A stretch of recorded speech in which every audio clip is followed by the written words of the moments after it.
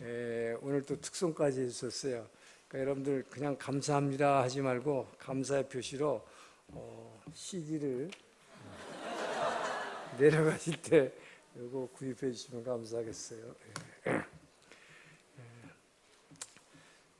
다음 달 집회 오늘 우리 기도하신 집사님 말씀하신 대로 정말 우리의 예배와 우리의 신앙생활이 주일날 예배당에서 드리는 게 신앙생활 아닙니다. 신앙생활은 일상생활과 신앙생활이 같아야 돼요. 그래서 우리의 일상과 신앙을 어떻게 일치시키는가, 우리의 신앙을 여러분의 삶의 현장에, 직장에서, 가정에서 어떻게 나타내는가 하는 것을 이론적인 측면보다도 실제적인 사례와 또 말씀에 입각해서 우리 아세연합대 교수님, 이한영 교수님 오셔서 말씀해 주실 텐데, 실은 제가 작년도 목회사관학교, 우리 목회사관학교는 온누리교회가 얼마나 크냐 하면요, 목사들이 350명이에요. 큰 호텔의 펑션룸에 꽉 차요. 이렇게 원탁 테이블에 앉아서.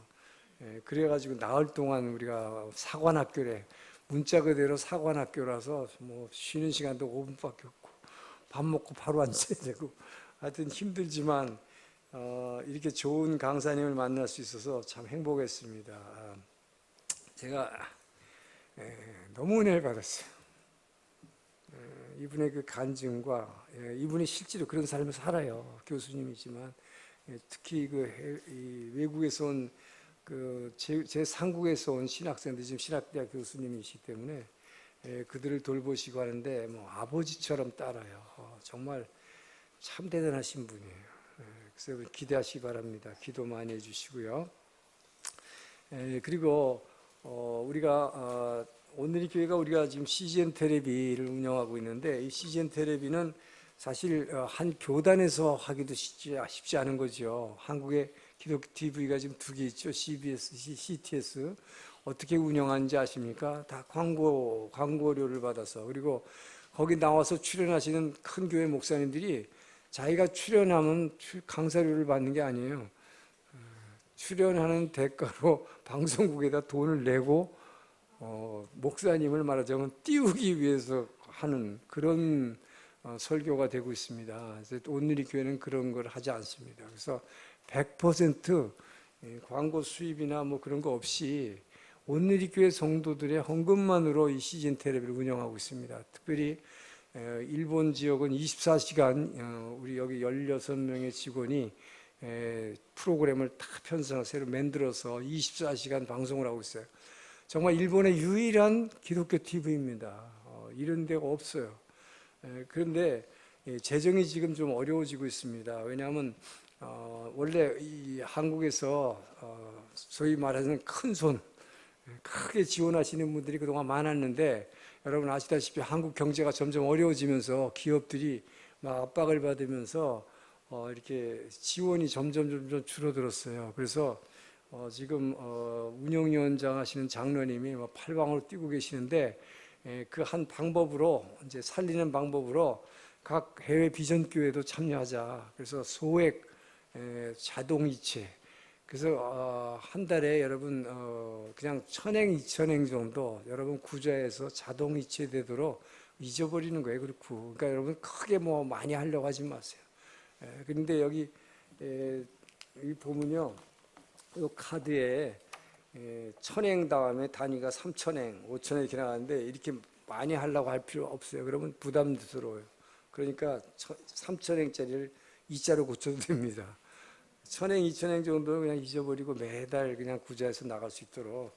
그래서 요거 쓰시고 자동 이체 신청서가 여기 있으니까 요거 2개를 쓰셔가지고 요 봉투 안에다가 집어넣어서 그냥 여러분이 그냥 우체통에다 집어넣으시면 바로 CGN에서 처리를 해드릴 것입니다. 그래서 이것은 교회 재정하고는 전혀 상관없이 여러분들이 정말 CGN 선교를 돕는 거죠. 그래서 여러분 예배 끝나고 나가실 때 우리 CGN 직원들이 이걸 나눠드리면 여러분이 알아서 체크해서 이렇게 보내주시면 좋겠습니다. 지난번에 우리가 정령 집회를 통해서 한 명이라도 일본의 영혼을 우리가 구원하겠다고 도전을 받았죠. 근데 내가 전도할 수 없는 거를 CGN 텔레비가 이 문화 전도를 통해서 방송을 통해서 전도하는 거예요. 그러니까 여러분이 나 대신 전도해 달라고 그런 마음으로 좀 가벼운 마음으로 이걸 좀 그러니까 하고 잊어버리시면 되니까 자동이체 신청해 주시기 바랍니다. 그리고 또 한 가지는 여러분이 잘 아시는 분도 있고 모르시는 분도 있는데 테너 배재철 아주 세계적인 테너 가수였는데 10년 전에 이 갑상선 암으로 이 음성을 잃었다가 일본의 그 히노와라 센세이라는 유명한 교토대학의 박사님이죠. 지금 104세십니다. 그분이 주도해서 수술을 해가지고 이 음성을 회복해서 이분이 그 후에는 음성을 회복했지만 물론 100%는 안 돼요. 한쪽만 성대를 가지고 하지만 그러나 그건 아주 기적입니다. 세계에서 처음 있는 일이에요. 그래서 이분은 지금 주로 선교를 위한 콘서트를 하고 있고 러브 소나타에는 항상 출연을 하십니다. 작년 7월에는 동경에서 콘서트 할 때 여기 일본의 천황 황후인 미치코 여사가 참석을 해줘서 아주 굉장히 언론을 많이 탔는데 하여튼 이번 목요일입니다. 이번 주 목요일 날 이 동경의 오페라 시티에서 1시 반 평일날 낮이기 때문에 뭐 직장 때문에 많이 못 가실 거예요. 근데 하여튼 가능하신 분은 오페라 시티 예약을 해야 되니 예매를 해야 되니까 여기 밑에 가서 이렇게 벽에 이렇게 붙여놨을 테니까요. 포스터 보시고 예매 연락처에다 전화해서 입장권이 7,000원인가 6,000원인가 그래요. 그래서 많이 가서 한번 보시면 좋겠습니다. 특별히 이 히노와라 센세이는 104세 되신 분인데 이분 일본 분들은 뭐 거의 다 알아요. 이분을 굉장히 일본에서 존경받는 뭐 크리스찬이 아니라도 전혀 크리스찬하고 관계없습니다. 이분이 크리스찬인지도 사람들 몰라요. 본인도 크리스찬이라고 생각을 안 했는데 요즘 와서 이제 콘서트 하면서 이분이 간증을 막 하기 시작하는데 완전히 이분이 뭐 어느 누구보다도 정말 부활의 증인이 됐어요. 예수를 전하는데 그 영향력이 엄청나게 큽니다. 그러니까 꼭 한번 가보세요. 이분이 나와서 간증도 하고 할 거예요. 그래서 아주 러브 소나타 같이 운영을 합니다. 요즘 콘서트가 꼭 한번 가보시기 바랍니다. 광고는 이상입니다. 좋으신 하나님, 이제 말씀을 기대합니다. 주여, 이 말씀을 들을 때 아버지여 상처받은 자 위로받게 하시고 낙심된 자 소망을 갖게 하시고 모두가 새 힘과 용기를 얻고 일어날 수 있는 능력의 말씀 우리에게 주시옵소서. 기대하며 예수님 이름으로 기도합니다. 아멘. 우린 지금 사무엘서를 보고 있습니다. 지난주에 본문인 사무엘상 8장은 이스라엘의 왕을 세우는 아주 국가의 중대사 문제를 다루는 그런 토픽이었습니다. 근데 오늘 본문인 8장으로 오니까 너무나 격이 달라졌어요. 국가의 왕을 세우는 문제를 하다가 갑자기 오늘은 사울이라는 한 가정의 기스라고 집안의 가정의 아들인 사울, 이 사울이라는 청년이 아버지가 잃어버린 암나귀를 찾아서 길을 헤매고 있는 결국은 사무엘이라고 하는 하나님의 사람의 집으로 가서 나귀를 찾게 되는 이야기입니다만 아주 사소한 가정의 이야기를 다루고 있습니다. 자, 사울은 아버지 지시를 따라서 여기저기 나귀를 찾아서 이른 아침부터 저녁 해질녘까지 계속 돌아다니는데 아까 지명이 쫙 나왔죠. 그 지명을 쫙 이어보면 약 40km를 걸어서 여러분 그 나귀를 찾아서 돌아다니는 거 이 보통 일이 아니죠. 이렇게 돌아다녔지만 결국은 실패했습니다. 그런데 실패해서 포기하려고 그랬는데 자기가 데려온 사환, 종이죠. 이 종이 저기 하나님의 사람의 집이 저기 있는데 우리 그냥 돌아갈 게 아니라 그 집에 한번 들려봅시다. 하나님께 물어봅시다. 그래서 결국 사무엘의 집으로 사사인 사무엘의 집을 찾아가게 되는 것이죠. 자, 그래서 오늘 본문에서는 하나님이 이렇게 사소한 가정의 일, 여러분 이스라엘의 하나님 나라를 세우려는 이 큰 일은 하나님의 뜻은 작은 사소한 일에서 시작된다 하는 것을 지금 시사하고 있는 것이죠. 한 가정에서 나귀 잊어버린 거 찾으러 가는 이야기가 결국은 왕을 세워지는 그 이야기로 변화된다는 것이죠. 자, 이 이야기는 뭘 얘기하느냐? 나귀 문제 하나를 통해서 하나님이 사무엘에게 지금 사울을 인도하고 있는데, 이 청년 사무엘이 나귀 찾으러 왔다가 사무엘의 집에 감으로써 하나님은 무엇을 의도하고 있는가?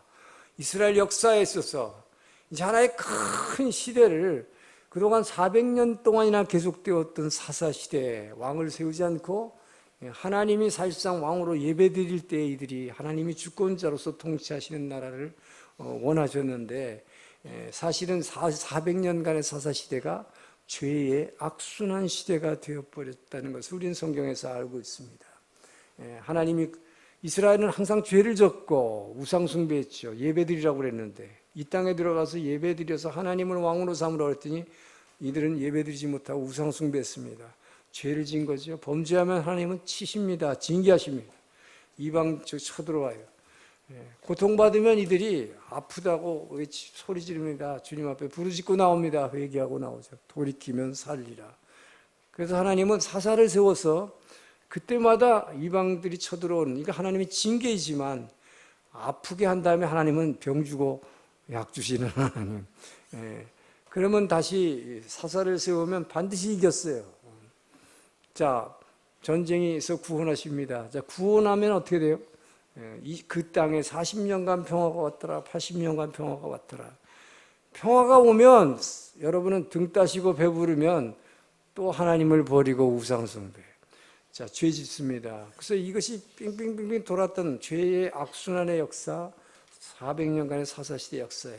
하나님은 이 시대를 끝내고 이제 이스라엘이 드디어 다윗 왕국을 통해서 정말 하나님의 왕국, Kingdom of God, 하나님 나라가 왕국이죠. 하나님의 왕이시니까 왕국을 세우시는 이 장면입니다. 하나님의 놀라운 크신 뜻이 작은 나귀라고 하는, 나귀 잃어버린 문제로 시작하는 얘기를 하고 있습니다. 자, 그런데 중요한 것은, 그러면 처음 이스라엘 역사상 최초의 왕을 세우는데 왜 하나님은 처음부터 하나님 마음에 합당한 다윗을 왕으로 세우지 않고 왜 처음에 사울 같은 사람, 여러분 사울의 이미지가 있죠. 금방 실패한 왕이죠. 이 사울 같은 사람을 세웠을까 우리는 의아하게 생각합니다.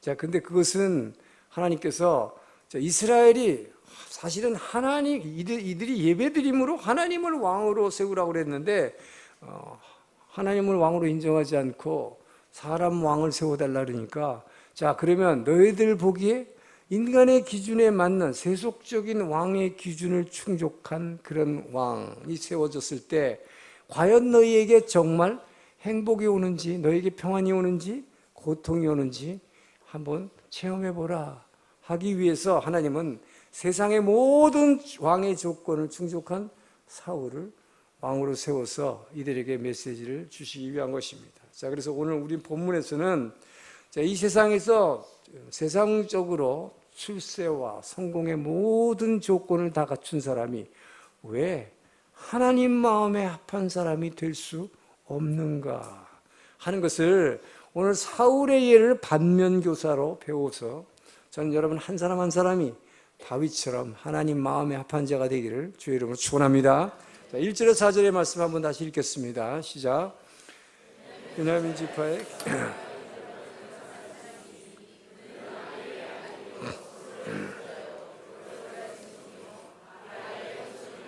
베냐민 사람이더라.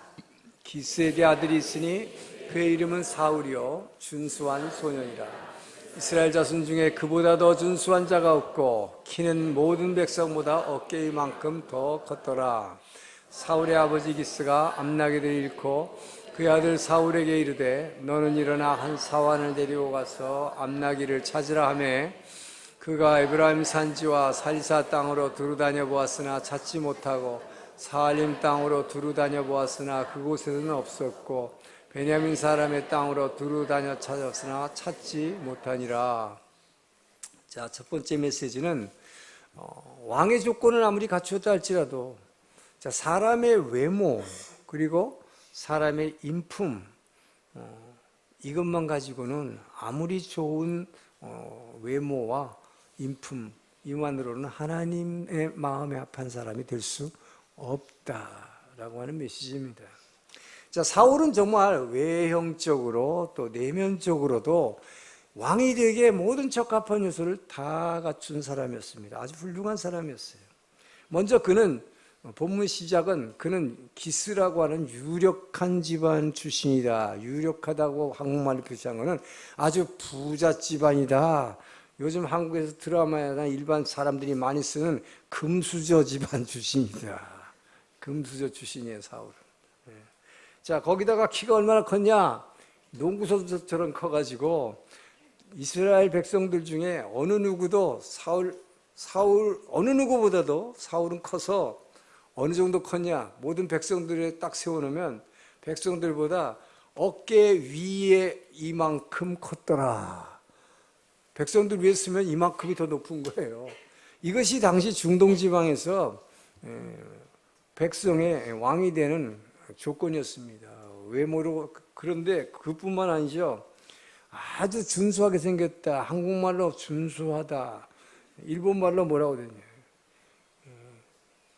그러니까 어떤 이스라엘 사람 중에서 어느 누구보다도 그보다 우스쿠시 오토코와 이나카타.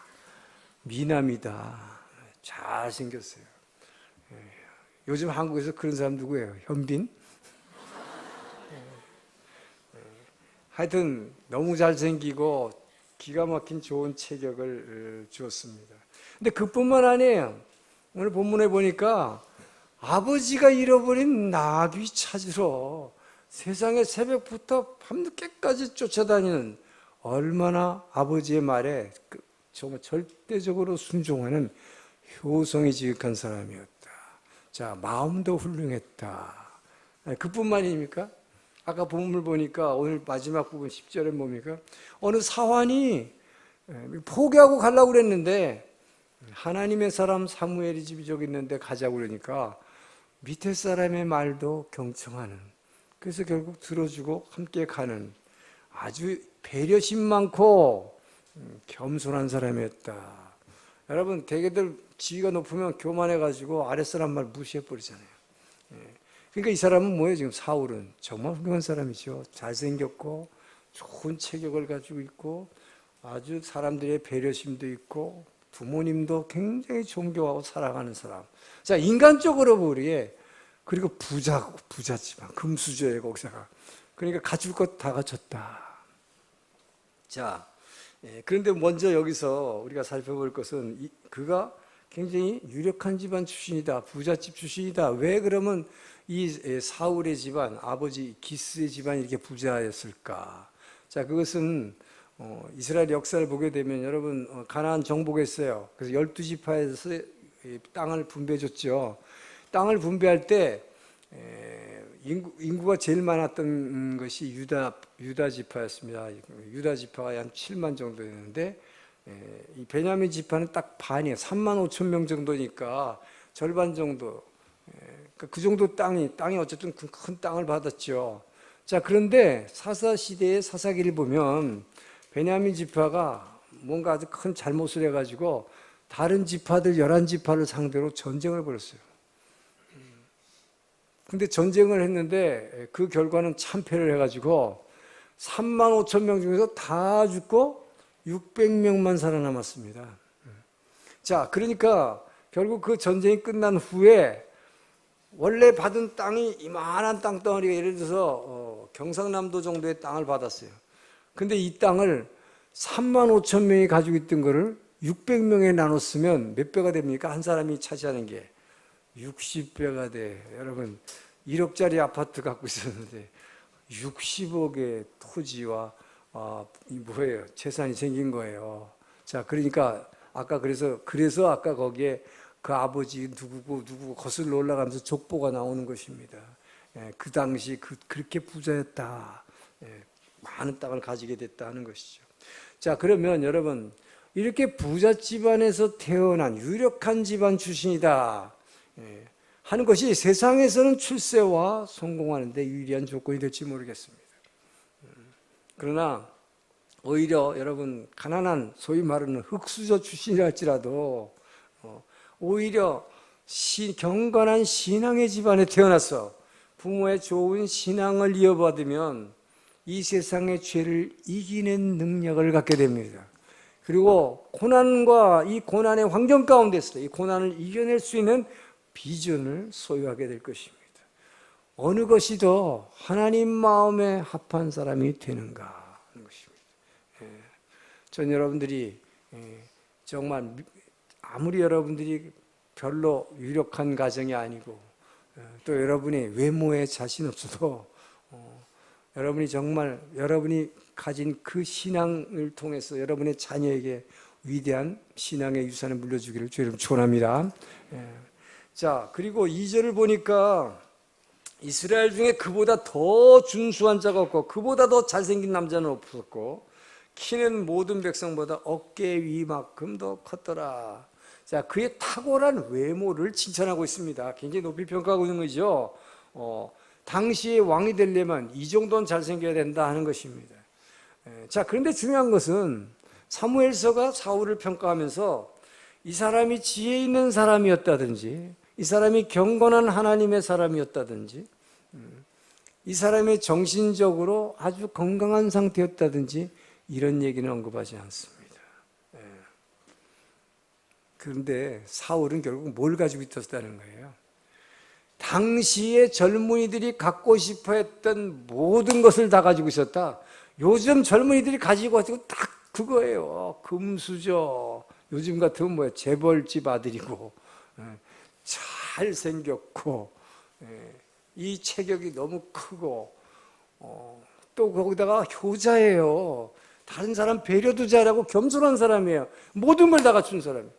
그러니까 당시에 처녀들한테는 가장 인기짱이었을 것이다.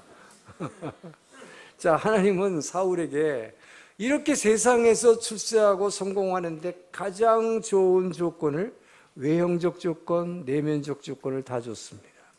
자, 그럼에도 불구하고 사울은 왜 실패한 왕이 되어버렸느냐? 왜 하나님의 마음에서 합하지 않고 하나님께 버림받은 왕이 되었느냐? 그것은 다윗처럼 자, 그 사람에게 이렇게 좋은 신체적 조건을 줬다는 건 뭐 이것을 통해서 그에게 왕의 지위를 주시기 위한 것이었습니다. 왕의 지위를 줬는데 그것을 다윗처럼 하나님이 이 왕정제도를 지금 세우는 목적이 뭡니까? 이스라엘 땅에 하나님이 통치하시는 하나님 나라를 세우려고 한 거예요. 이 왕이 다윗처럼 진정한 왕은 내가 아니고 하나님이다. 하나님을 예배하도록 백성들을 인도하는 그런 나라를 세우기를 원하셨는데 사울은 뭡니까? 하나님을 왕으로 세운 게 아니라 하나님 나라를 세우려 한 것이 아니라 내 나라를 세우려고 내 지위와 내 권력과 내 이익 결국은 뭐예요? 완전히 이기적인 자기 욕구를 채우기 위해서 그 지위와 자기에게 주신 모든 조건을 사용했기 때문에 실패한 왕이 되었다라고 하는 것을 우리는 알 수 있는 것이죠. 자, 그래서 여러분, 하나님 우리에게 건강한 몸을 왜 주십니까? 여러분, 건강한 몸을 주신 것은 너희는 너희 안에 성령이 거하는 전인 줄 알지 못하느냐. 성령이 여러분 안에 거하시기 위해서 여러분이 건강한 몸을 주셨음을 감사하게 축원합니다. 여러분에게 왜 잘생긴 얼굴을 주셨나? 여러분 거울 보시면서 그래도 이망도 하면 괜찮은데 라고 생각하신다면 요셉이 잘생겼죠. 얼마나 잘생겼으면 그 군대 장관의 부인이 유혹을 했겠어요. 바로 그 세상의 유혹을 이겨낼 수 있는 믿음의 도구로, 믿음의 무기로 사용하라고 여러분에게 잘생긴 얼굴을 주셨으면 믿으시기 바랍니다. 자, 하나님은 그래서 우리의 외모를 보고 판단하시는 분이 아니라고 성경은 말합니다. 하나님은 우리의 외모를 보지 아니하시고 사울과 같이 그렇게 잘생긴 외형을 보는 게 아니라 다윗은 얼마나 잘 못생겼으면 여러분 다윗은 굉장히 잘생겼다고 우리는 착각해요. 왜 그런 줄 아세요?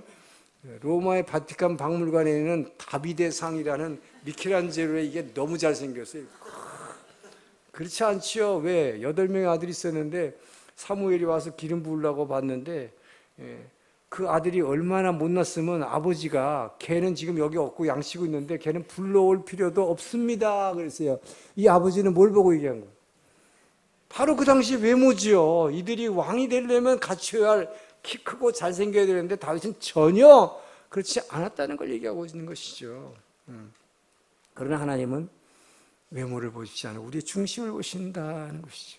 자, 우리의 중심을 보시고 그 신앙, 하나님을 믿는 이 신앙의 인격, 이 신앙의 인격과 그 신앙의 인격에서 배어나오는 순종의 자세를 원하심을 믿으십니까? 자, 그리고 하나님은 무엇을 보고 판단한다고 얘기합니까? 예수님께서 말씀하십니다. 마지막 날에 주께서는 너희가 맺은 사람 한 사이, 저 사람이 어떤 사람인가? 지금 뭐 어떻게 교회 봉사하고 뭐하고 잘하고 있는 것 같지만 결국 주님 오셨을 때는 여러분이 평생 동안 맺은 열매를 보시고 여러분을 판단하심을 믿으시기 바랍니다. 여러분이 맺은 열매, 자, 이 열매가 뭐예요? 이 성령의 열매죠. 그래서 저 여러분은 정말 잘생긴 외모나 좋은 집안, 부자, 지금 그런 게 전혀 문제가 되지 않아요. 그런 것보다는 여러분이 성령의 열매 맺기를 주로 축원합니다. 자, 갈라디아 5장 23절에 22장 22절 23절 성령의 열매 9가지를 외우는 분 없어요. 몇 사람 없네. 최소한 동경 온누리교회 성도라면 성령의 열매 9가지가 뭔지는 외워야지요. 자, 해볼까? 제가 여기 일본 교회 어디 가서 집회를 하는데요. 성령의 열매, 그러니까 뭐 9개를 막 주주주주 외우더라고. 이렇게 회중들이. 제가 깜짝 놀랐어요. 근데 저는 그 외우는 걸 시키진 않았던 것 같아. 오늘 한번 외워볼까요? 뭐예요? 사랑과 희락과 평화, 화평이죠. 사랑과 희락과 평안. 그 다음에 뭐예요? 오래 참음과 또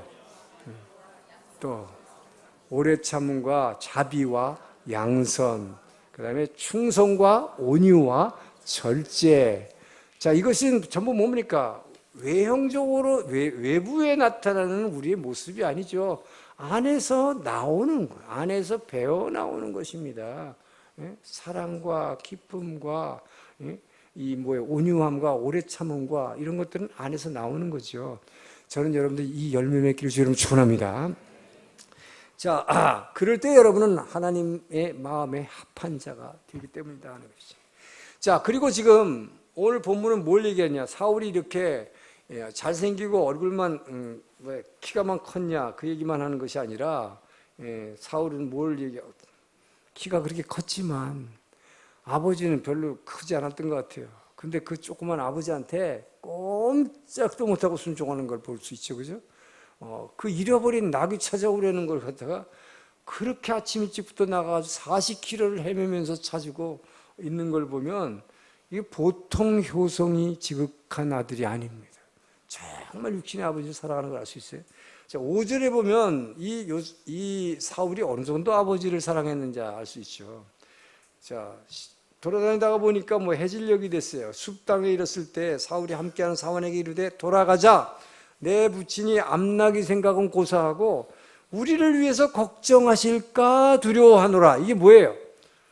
나귀 찾는 게 굉장히 중요한 사명이에요. 그래서 지금 정말 모든 걸 걸고 찾고 있었는데 해가 지다 보니까 아버지께서 나귀는 고사하고 나를 걱정, 내 안부를 걱정할 거 생각하니까 마음이 찡해진 거예요. 아버지를 사랑하는 마음이죠. 아버지가 나를 걱정시켜서는 안 된다. 돌아가자 하는 거죠. 얼마나 효심이 지극합니까? 여러분은 그 정도로 부모님 사랑합니까? 하여튼 근데요, 여기서 참 놀라운 것은 이렇게 육신의 아버지를 사랑한 사울이 왜 보이지 않는 하늘의 아버지에게는 그렇게 관심이 없었는지. 여러분 그렇게 생각하죠? 효성이 잭하면 하나님도 되게 사랑할 것 같죠? 그렇지 않다는 걸 성경이 얘기하는 거예요. 하나님이 사울을 왕으로 세운 것은 그걸 말해주는 거예요. 인간적으로는 굉장히 이 사람이 효성이 좋고 사람들한테는 굉장히 칭찬을 받는 사람일 것이다. 그러나 하나님은 사랑하지 않았다. 아버지 하나님에게 관심이 없었다. 이것이 바로 예수님과 너무 다른 거죠. 예수님이 12살 때 성전에 갔다가 잊어버렸다가 엄마가 막 야단치니까 너 아버지하고 내가 엄마가 너를 얼마나 걱정한 줄 아니까 예수님이 뭐라고 그랬어요? 내가 아버지의 집에 있어야 될 걸 알지 못했나이까. 예수님은 분명히 뭐예요? 육의 아버지가 아니라 하나님 아버지가 내 아버지라는 걸 분명히 밝혔습니다. 사울에게는 그게 없었다.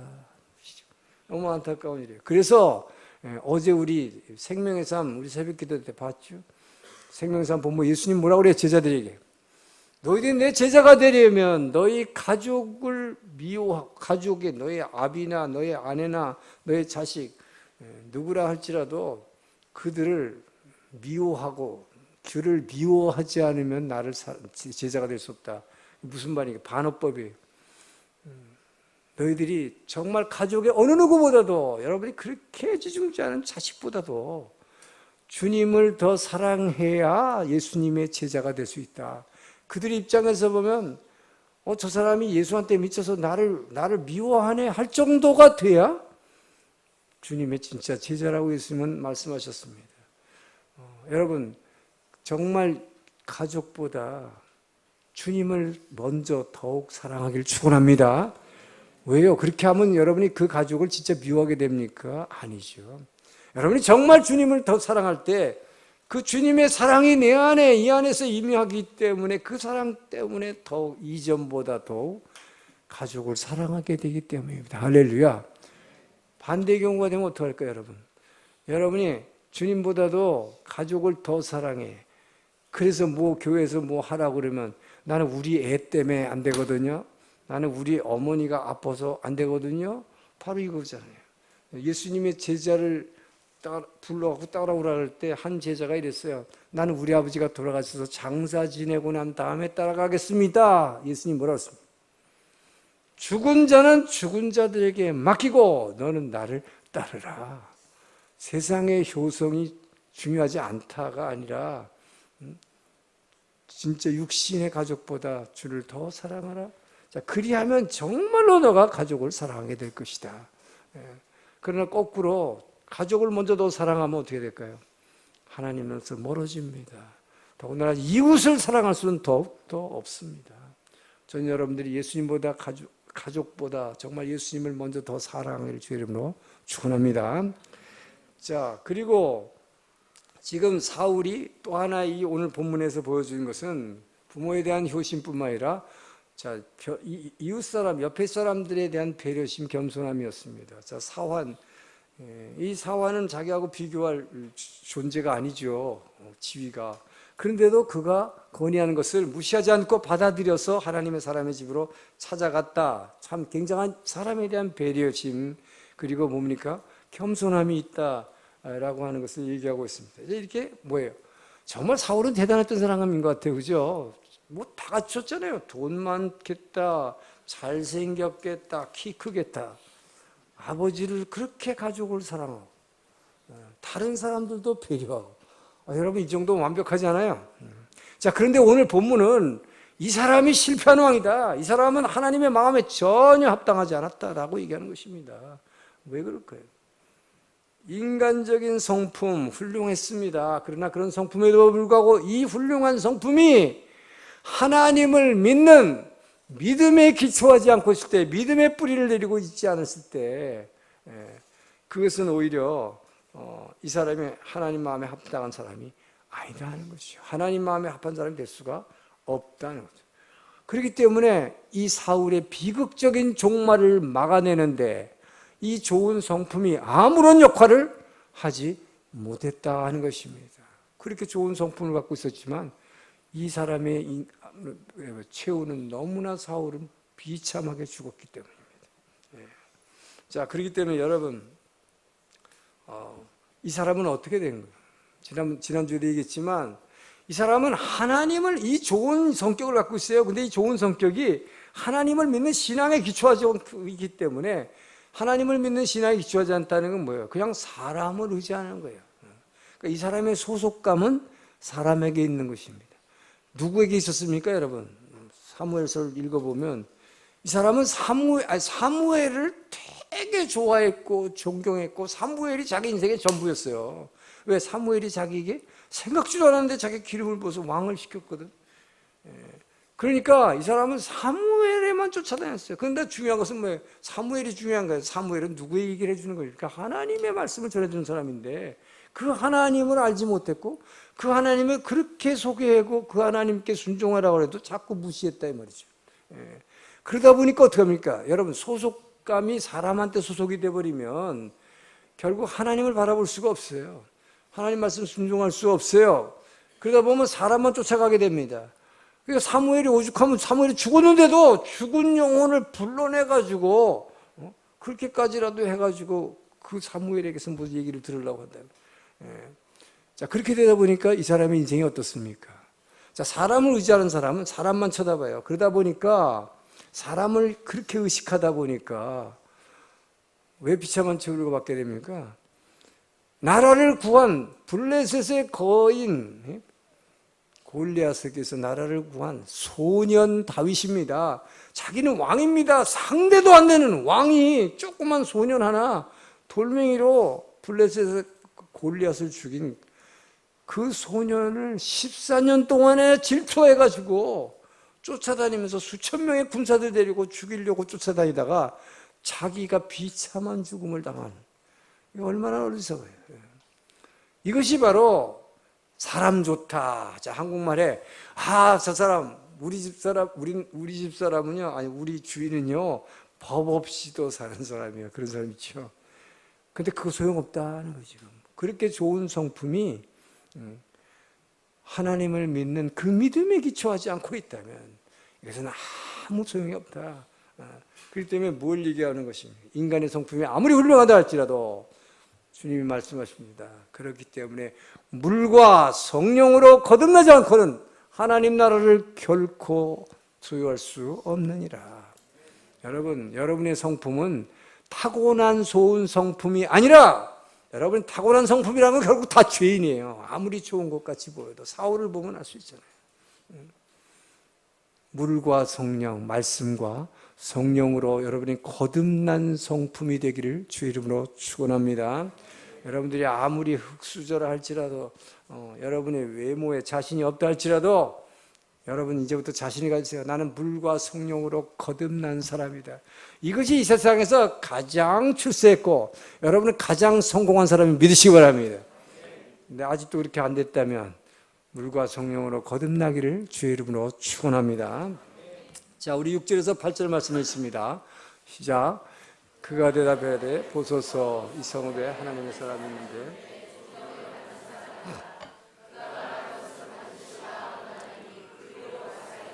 그가 혹 우리가 갈 길을 가리켜줄까 하나이다 하는지라. 사울이 그의 사환에게 이르되 우리가 가면 그 사람에게 무엇을 드리겠느냐? 우리 주머니에 먹을 것이 다하였으니 하나님의 사람에게 드릴 예물이 없도다. 무엇이 있느냐 하니 사환이 사울에게 다시 대답하여 이르되 보소서 내 손에 은 한 세겔의 4분의 1이 있으니 하나님의 사람에게 드려 우리 길을 가르쳐달라 하겠나이다 하더라. 자, 이렇게 왕의 조건을 다 갖춘 사람이라 할지라도 자, 일본말로 색 같고 모처럼 하나님 앞으로 인도돼서 왔어요. 지금 하나님의 뜻을 물으러 왔어요. 그런데 여러분, 이런 사람이 뭘 구하느냐? 작은 이익, 기껏 하나님의 사람, 하나님께 물으러 왔습니다. 근데 거기 와서 묻는 게 뭐 물었어요? 나그 새끼 한 마리 어디 있는지, 잃어버린 낙이 어디 있는지 가르쳐 주세요. 자, 여러분, 이렇게 세상적인 참 왕의 지도자의 자격을 갖춘 이런 사람도 하나님 앞에 나오면 진짜 물을 걸 물었죠. 하나님 나라를 구하지 않는다 하는 것입니다. 하나님의 나라를 구하지 않아요. 지금 읽은 본문을 잘 읽어보면요, 몇 번씩 보면 여러분 처음에 큐티 할 때 처음에 보면요 이렇게 읽으면 뭐가 뭔지 하나도 몰라. 하나도 들어온 게 없어요. 근데 또 보고 또 읽고 또 읽다 하면 문장이 하나씩 단어가 들어오고 문장이 막 들어와요. 지금 이 본문을 잘 읽어보면요, 사울은 지금 하나님의 사람에게 찾아갔지만 결과적으로는 그렇게 됐지만 원래는 하나님의 사람에게 갈 생각이 없었다 하는 걸 알 수 있어요. 이 사람의 본심은 가고 싶은 생각 없어요. 왜? 뭐 보면 알 수 있냐? 사환이 얘기하지 않았으면 이미 이 사람은 뭐예요? 이 숲 땅에 와서 지프라는 땅, 거기에 바로 근처에 지금 라마라는 데가 바로 사무엘 사사가 사는 집입니다. 이것은 여러분 사무엘서를 보면 이스라엘 모든 백성들이 사무엘이 사사 되었음을 단에서 브엘세바까지 저 북쪽 끝에서 남쪽까지 있는 모든 사람이 다 알았다 그랬어요. 그러면 사무엘의 집이 라마가 거기 있다는 거는 자기도 그 근처에 왔으면 당연히 아는 것입니다. 왜 종언하는데 사울은 몰랐을까요? 관심이 없었다. 아예 모처럼 아예 뭣도 원래부터 하나님께 관심이 없었다는 거예요. 그러니까 하나님에게 찾아갈 생각도 안 한 거죠.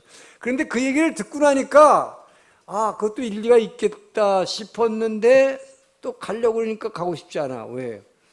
아까 뭐라고 그랬는 줄 아세요? 우리 가자고 그러니까 그래 그럴까 하다가 뭐라고 그러냐면 우리가 가지고 있는 지금 이 짐꾸러미 배낭에 먹을 음식도 지금 다 떨어졌는데 해질녘이 돼서 다 떨어졌는데 하나님의 사람을 찾아가려면 당시에는 예물을 가지고 찾아갔거든요. 아까 거기 본문에 그게 나오잖아요. 그런데 우리 먹을 것도 없는데 뭘 갖고 가냐? 이게 뭐야? 예물이 없으니까 핑계대고 뭐 거기까지 가냐? 예물도 없는데 그렇게 얘기하는 거예요. 근데 너 그런데 뭐가 있냐? 그랬어요. 그랬더니 그런 거라면 걱정할 거 없습니다. 내가 은 4분의 1 세계를 이렇게 꽁쳐놓고 있는데 이걸 예물로 드리면 됩니다. 그렇다면 가자. 이렇게 따서 나서는 거예요. 그 얘기는 뭐예요? 적극적이지 않았대요. 하나님께 가는데 적극적이지 않았어요. 자, 그러나 이 사람은 뭐야? 사람은 좋은 사람이에요. 밑에 사람이지만 그 의견을 배려하는 것이요. 겸손한 거죠. 교만을 안 떤 겁니다. 그거는 참 인간적으로 훌륭한 거예요. 그래서 하나님의 사람을 갔어요. 그런데 물어본 질문은 뭐라고요? 내 잃어버린 낙이 어디 갔습니까? 참 모처럼 하나님 앞에 나와서 이렇게밖에 질문할 수 없어요. 자, 여러분 대부분의 사람들은 하나님 앞에 나와서 여러분 기도할 기회가 생겼어요. 그런데 여러분 하나님 앞에 나오면 여러분의 궁극적인 인생의 문제를 물어보지 않습니다. 예를 들면 내가 죄인인데 이 죄인이 어떻게 하면 회개하고 주님 앞에 나올 수 있습니까? 주님을 어떻게 만날 수 있습니까? 이런 질문을 하러 나오지 않아요. 그리고 사람 한 번 죽는데 죽고 나면 나의 사후의 존재는 어떻게 됩니까? 뭐 천국과 지옥이 있다는데 나는 어느 쪽 가는 겁니까? 이런 걸 물어보러 나오지 않는다는 것이죠. 또 내가 이 땅에 살아가는데 내가 지금 무엇을 위해서 살아가는 것입니까? 먹기 위해서 삽니까? 살기 위해 먹습니까? 이런 인생의 본질적인 질문을 하지 않는다. 그의 나라와 의를 구하지 않는다는 것이죠. 뭘 구해요? 암나그 새끼 어디 갔습니까? 우리는 그 문제를 물어봐요. 사람들이 대부분의 사람들이 그런다. 이게 뭐야? 하나님 앞에서 제가 말씀을 듣고 기도하면서 어떻게 하면 주님이 약속한 천국을 누리고 이 천국을 누림으로 말미암아 내게 주신 이 기쁨과 행복을 어떻게 이웃에게 전할 수 있습니까? 라고 하는 그의 나라와 의를 구하지 않는다는 것이죠. 그래서 주님은 너희는 먼저 그의 나라와 의를 구하면 그런 필요한 것들은 다 더해서 주시겠다 약속하셨습니다.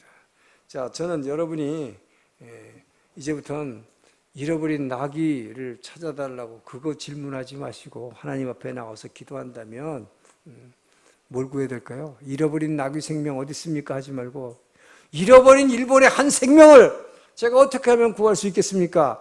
그렇게 그의 나라를 구하기 주님 축원합니다. 여러분 잃어버린 직장 그거 다시 어떻게 찾을까 물어보지 마시고 잃어버린 나의 신앙을 어떻게 찾을까 물어보길 축원합니다. 여러분이 곁을 떠난 사랑하는 사람 어떻게 하면 찾냐고 하지 마시고 주님에 대한 나의 사랑 그 사랑을 잃어버렸습니다. 그 사랑 회복해 하여 주시옵소서. 이렇게 그의 나라를 구하기를 축원합니다. 잃어버린 내 체력, 건강 어떻게 하면 회복할까요? 그거 대신에 잃어버린 영적 능력을 회복할 것을 구하기를 주님 축원합니다.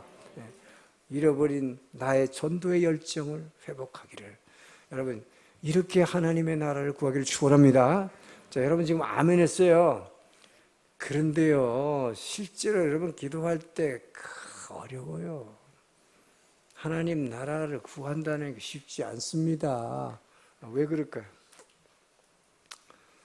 여러분의 인생의 짐이 너무 무거워요. 그래서 그래요. 여러분 기도하려고 딱 엎드리면요, 제일 먼저 뭐 그의 나라와 의를 그거 둘째야. 우선 내 잃어버린 직장이 너무 급해, 너무 무거워, 이게 짐 누르고 있는데. 우리 엄마가 병이 나야 되는데 지금 돈이 얼마가 들어가고 맨날 병원에 가야 되고, 이게 더 급한데 지금 하나님의 나라를 구하겠어요? 먼저 그의 나라와 의가 아니라 먼저 우리 엄마의 병을 치유하여 주시옵소서. 이럴 수밖에 없는 존재라 이 말이에요. 우리는 안 된다는 것이죠. 자, 여러분, 그래서 저와 여러분이 원래부터 우리는 애초부터 하나님 나라와 의를 구할 수가 없어요. 그래서 주님께서 말씀하신 거예요. 왜? 우리 인생의 짐. 그래서 이걸 뭐야? 이 죄짐 맡은 우리 구주. 이 짐이 일본말로 오모니, 무거운 짐이잖아요. 우리 아까 차양도 했지만 이 무거운 짐을 나 홀로 지고 견디다 못해 쓰러질 때.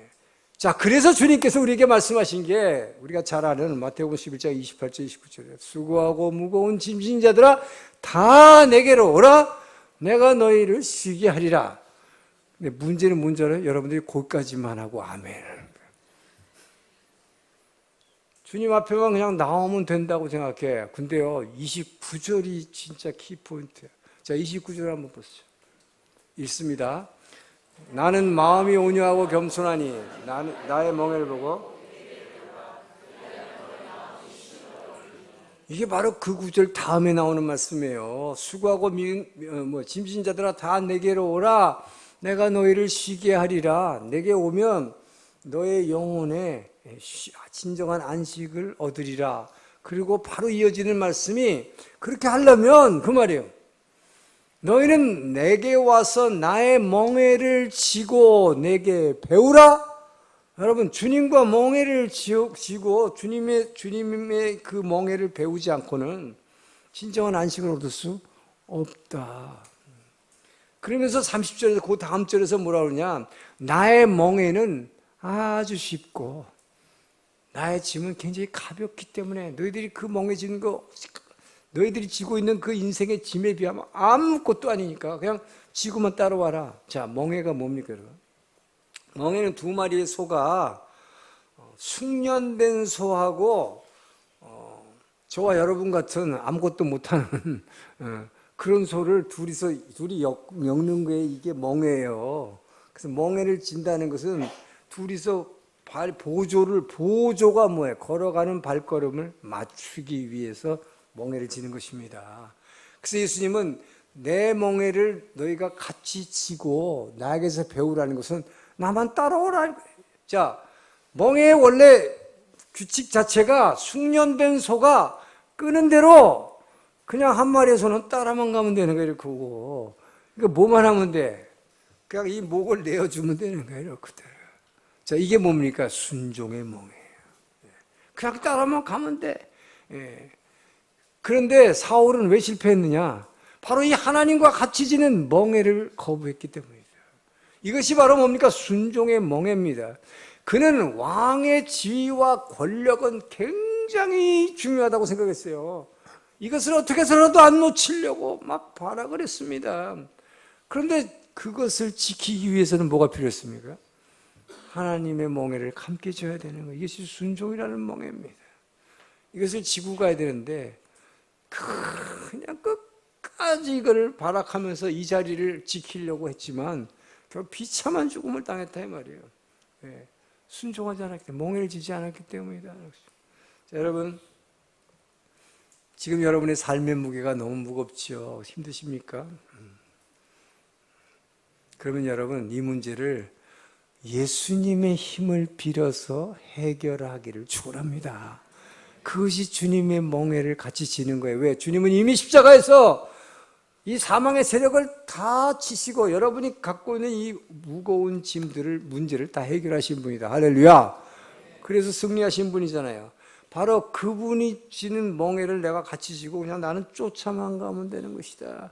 그래서 너의 모든 염려를 주께 맡겨라. 할렐루야.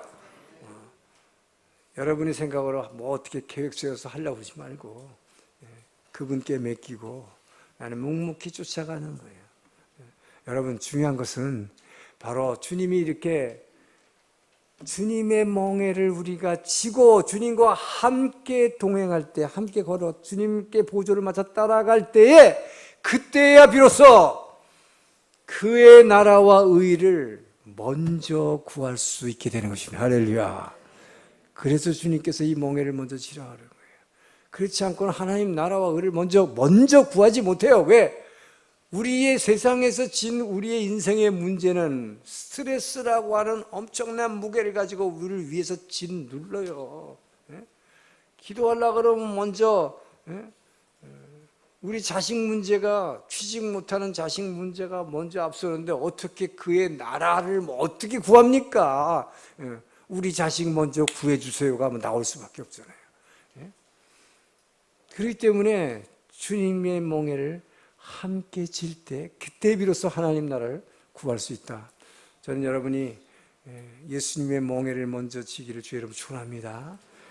그래서 여러분의 그 모든 인생의 짐으로부터 해방돼서 진정한 안식을 누리고 그럴 때만이 여러분이 그 기쁨과 축복을 막 전하게 되는 거예요. 그때 전도하는 거예요. 저는 그 축복을 받길 주의 이름으로 축원합니다.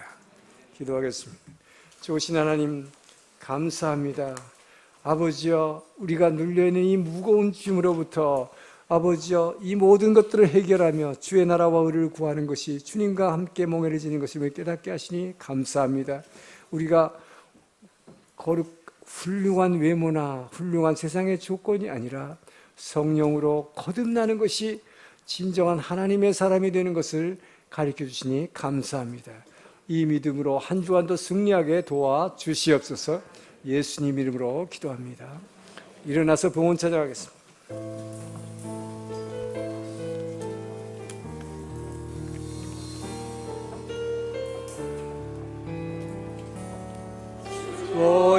보혈날 정결케 하고 주 보혈 널 자유케 하니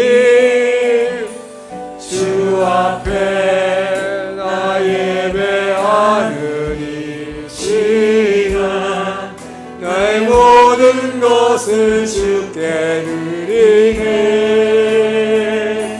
주의 손 날 위해 찢기셨고 주의 발 날 위해 박히셨으니 이제는 내가 사는 것이 아니요 오직 주를 위해 사는 것이라. 주의 손에 나의 손을 포개고 또 주의 발에 나의 발을 포개어 주와 함께 죽고 또 주와 함께 살리라. 영원토록 주 위에 살리라. 주의 손에 나의 손을 포개고 또 주의 발에 나의 발을 포개어 주와 함께 죽고 또 주와 함께 살리라. 영원토록 주 위에 살리라. 주 위에 살리라. 주님 감사합니다. 때를 따라 우리에게 필요한 양식으로 영의 말씀으로 우리를 축복하시고 위로하시고 다시 일으켜 세워주시는 주님을 찬양합니다. 주님의 은혜에 감사하여 우리에게 주어진 허락하신 물질의 일부를 구분하여 주의 제단에 올려드리는 손길들, 주의 이 자녀들을 기억하여 주시고 그 가정에 필요하고 비어있는 창고를 채워 주시옵소서. 아버지여, 마음의 상처와 육신의 질병을 고쳐주시고, 아버지여, 낙심하여 절망하고 있을 때 아버지여, 우리를 뒤에서 일으켜 세워주시는 주님의 그 능력을 의지할 수 있도록 도와주시옵소서. 우리가 드리는 이 헌금이 우리 교회에 주신 이 사명, 일본 열도의 선교의 센터로서의 사명을 감당하는데 부족함 없도록 헌금 위에 축복하여 주시옵소서. 이제는 우리를 구원하신 그리스도의 은혜와 아버지의 그 크신 사랑하심과 성령 하나님의 감동, 감화, 교제, 교통하심이 오늘의 말씀을 듣고 이제는 세상에 주어진 세속적인 조건인 없더라 할지라도 물과 성령으로 거듭난 내가 진정한 성공한 사람이라 나 자신의 정체성을 깨닫게 하시고, 아버지여, 이제는 진정 주님의 주신 그 지혜로 멍에를 함께 메고 하나님 나라를 구하기로 결단하며 한 주간을 시작하는 주의 백성들 머리 위에, 우리의 주변에 있는 구원받아야 할 모든 주민들 머리 위에, 선교사님들 머리 위에 이제로부터 영원토록 함께 하시기를 간절히 축원하옵나이다.